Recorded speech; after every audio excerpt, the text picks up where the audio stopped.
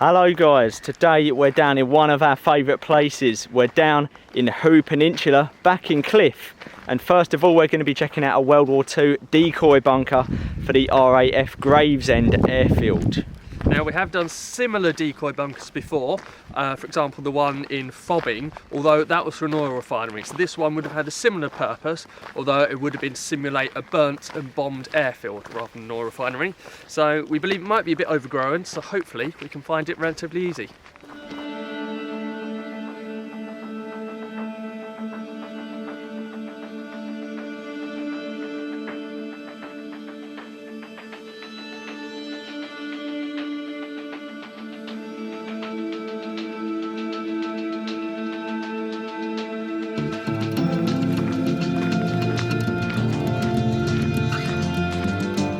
So we've just got here, it looks like this is what we're looking for. Looks rather overgrown, not necessarily sure it's wise for me to wear shorts, but we're going to go in and take a look. So we tried to get in around the other way, we didn't have any luck, so we come here and it looks like we can. We've noticed here that there's been a couple of almost bricks missing. You've almost got one there which might have been an air vent, around the other side it's more circular as if a pipe or something might have gone through there. And if you just look at the left slightly, you can see what looks like some of the original paint. Which looks fairly dark, like it might be black, and that probably would have been to help disguise this building, to make it blend in with the leafy environment.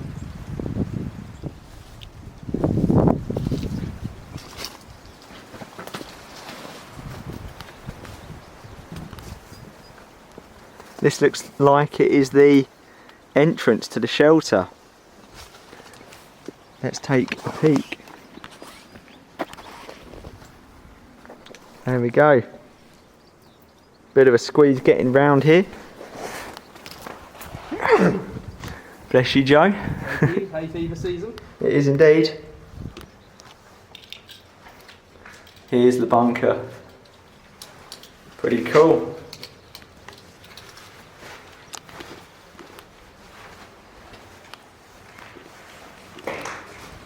Actually, very spacious place. Quite impressive, really. And the bricks that it's made out of are quite unusual for World War II. They're more this kind of pale brick. Not sort of the kind of decoy bunker that we've seen before.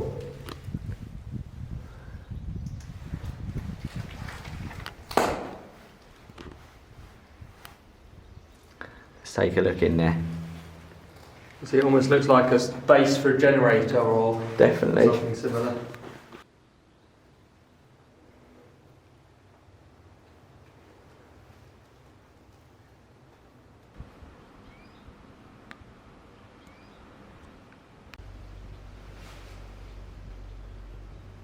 It is not exactly unusual in its design. This room here is a shelter for the personnel, to shelter from aircraft going overhead, a bit like the one you can hear now. Just got to check to be careful. And then the other room would have been for actually controlling the decoy, where the generator would have been, and that's where they would have lit the fires, which would have then gone out into the fields and stuff to simulate the burning airfield here. So in itself, the design is still like 2 rooms and an entranceway, nothing particularly unusual. So you can also tell by the design on the ceiling that it would have been cast against planks of wood. You can see it still has the original wood texture, and this is something that was quite common at the time. Then up here we've got this escape hatch. It's no longer got the ladder in. Maybe that hole down there on the right was for a pipe, but that's probably where the crew could have bailed from the bunker in case bombs started collapsing the entrance and fell directly on it.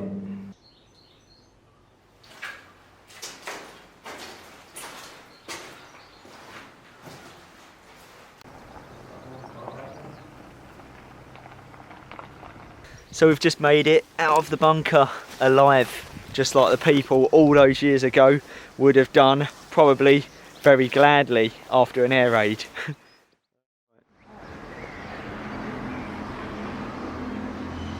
So So we've got here some anti-tank pimples, which are similar to dragon's teeth, they're just in a very slightly different shape.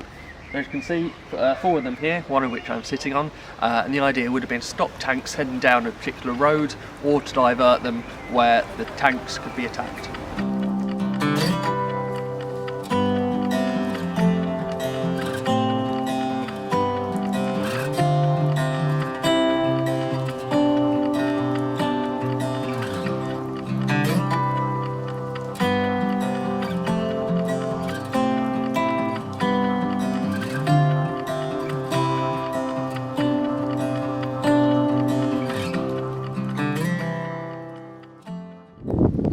Here we've got another interesting site. Looks like a lot of bushes. If we take a peek in there, we can see, what's this little thing? Some kind of metal pipe. Not inherently interesting, but bear with, because if we go in here we've got a Royal Observer Corps or ROC post. A lot of you will probably know what these are, but some of you won't, and if you don't know what this is, it's a Cold War mini nuclear bunker for people to basically shelter in.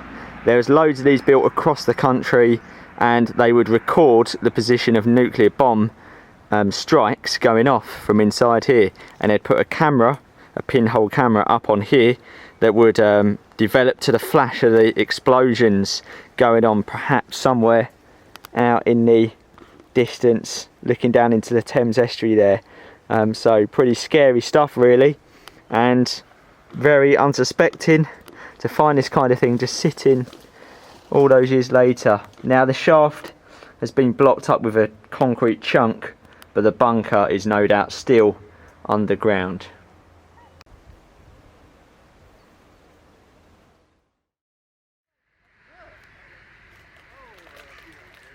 So the next place that we're visiting today is an old kiln, probably for lime production or the cement manufacturing works that were going on in this part of Cliffe, probably 100 years ago, maybe a bit older than that. And one of the kiln buildings is still here. It's actually quite big, it's quite impressive.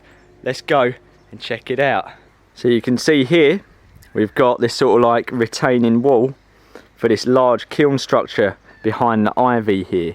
And it goes down that way, and that way, and up there you can see got some little archways which are the kiln chambers themselves.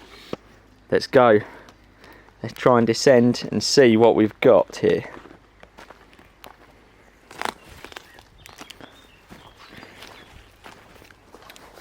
Now Joe has gone this way, so I think we're going to go and see what he's up to first.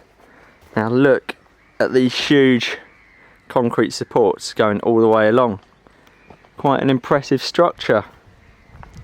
And in there we've got the kiln chambers. So followed the path down, it's pretty impressive the structures that are still standing. They're so huge, and at this end actually they look in a fairly decent condition.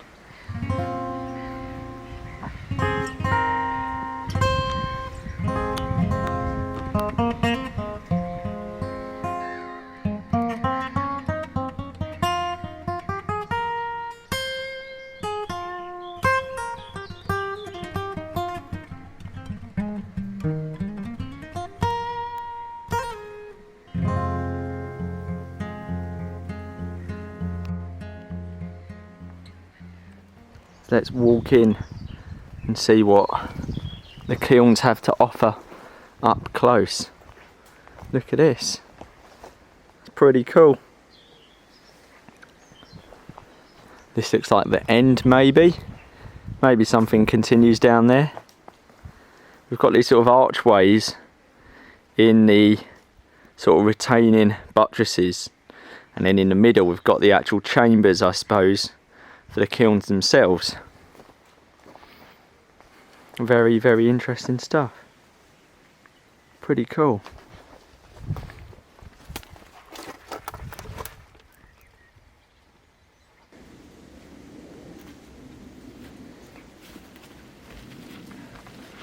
So we're inside one of the old cement kilns, one of the lime kilns this would be, where they would have processed, I don't know, the lime.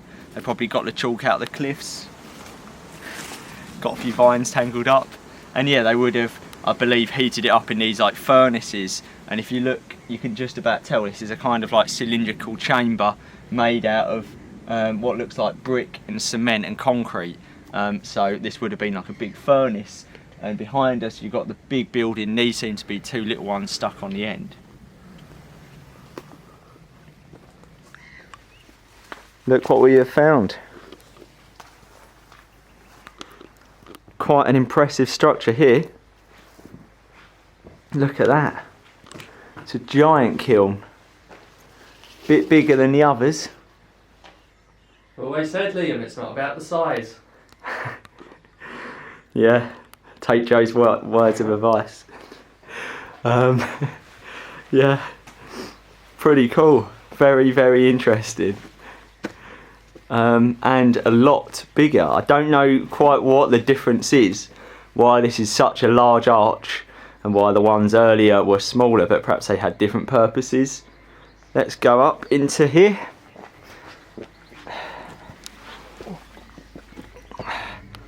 And now let's just turn it round and look inside. Go ahead.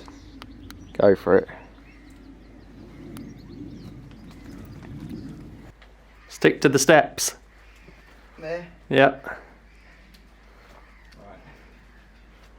And the next one, you go there.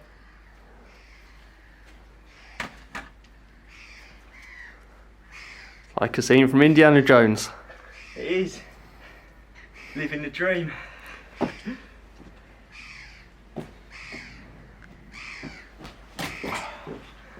There we go. Quite an impressive place, to be honest.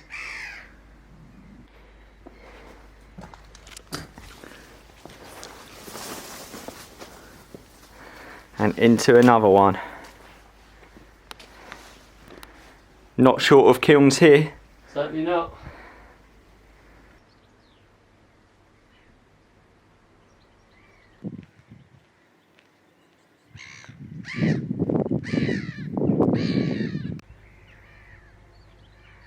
So I'm down inside this gigantic quarry here, and this is where the kilns are connected to. So the kilns were probably for gathering the material that was dug out of this huge area that I'm standing in, and it was probably taken down to them kilns and processed. But just look at this huge collapse. I mean, that is insane. Like, you can just see the whole top of that quarry side has given way at some point. Thank God no one was standing under it when it happened. But this is a pretty impressive place to be inside, really, considering it's all kind of neglected and forgotten about.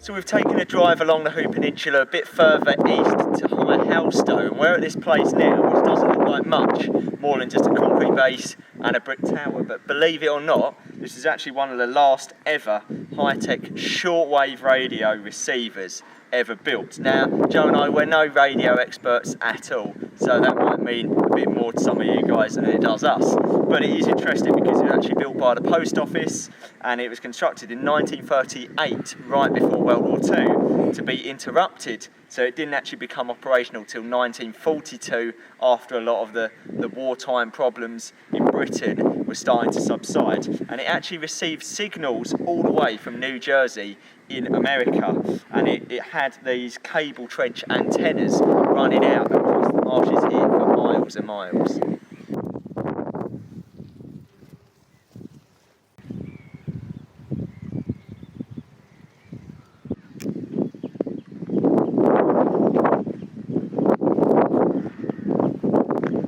What are your thoughts, Joe? Yeah, it's a pretty unusual structure. It'd be interesting to see what it's like inside.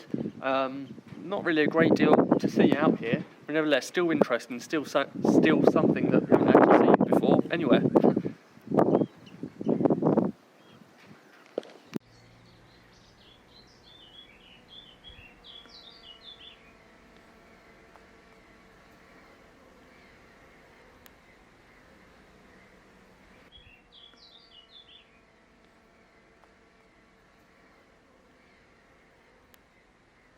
So looking through one of these holes in the side, you can see that the interior is flooded a little bit, but it's really just a concrete shell.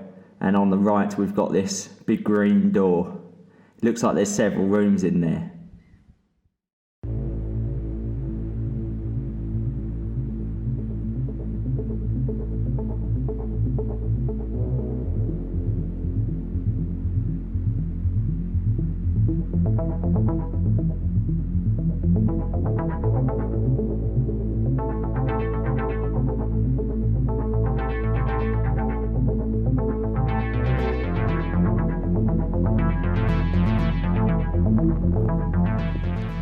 So we've walked a little bit further out down onto the Halstow Marshes, and we've come across this really strange looking building which is actually called Shade House, and its history is equally as mysterious. I can't really seem to find much information about it, but it was abandoned quite some time ago by the looks of it, and it was apparently an old shepherd's house for all the sheep that were being farmed on the fields around us, and there's still sheep buying away out in the fields around us at the moment. But it looks to be several hundred years old in its construction. Apparently it was refurbished at one point in the sort of late 20th century, but looking at it, I'm not entirely sure that that's true. We're going to go and take a little closer look and see if we can work out anything else about the place.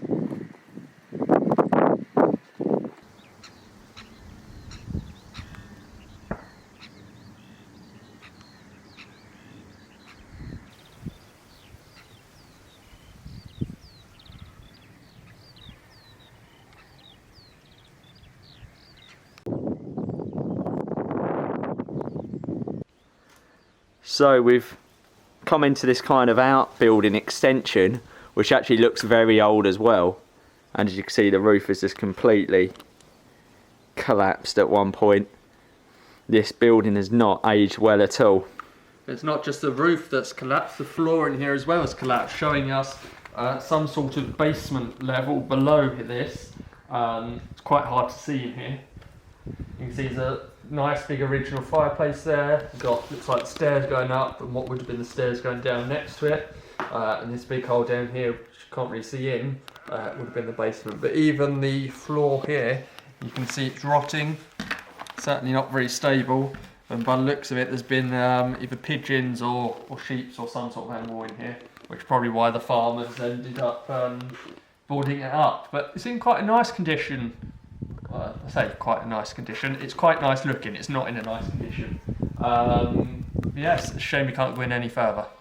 And if we did try and venture out there, not only are we going to fall through a floorboard, but we're also going to go probably like a couple of metres down into the basement. So yeah, there's a good reason I think why we probably aren't going to go in there as much as it looks tempting.